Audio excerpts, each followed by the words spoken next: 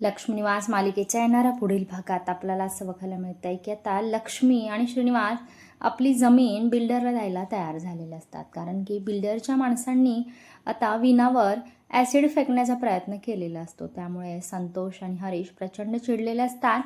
त्यांनी आता आईबाबांना जमीन विकण्यासाठी हट्टच धरलेला असतो.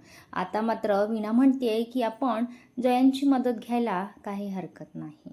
आणि मग आता दळवी कुटुंबाला जयंत मदत करेल का? कारण की हा सर्व प्लॅन जयंतचाच असतो. कारण की जयंतची ती थिअरीच आहे की अगोदर संकटात टाकायचं आणि पुन्हा त्या माणसांना मदत करायची आणि आपल्या मनाप्रमाणे त्या माणसांना वागायचं. त्याने आता जान्हवीला सुद्धा मातृछाया अनाथाश्रमामध्ये नेलेलं असतं आणि तिथे तिच्यावर इम्प्रेशन पाडण्याचा प्रयत्न केलेला असतो. जान्हवीसुद्धा जयंतच्या आता जवळजवळ प्रेमातच पडलेली आहे.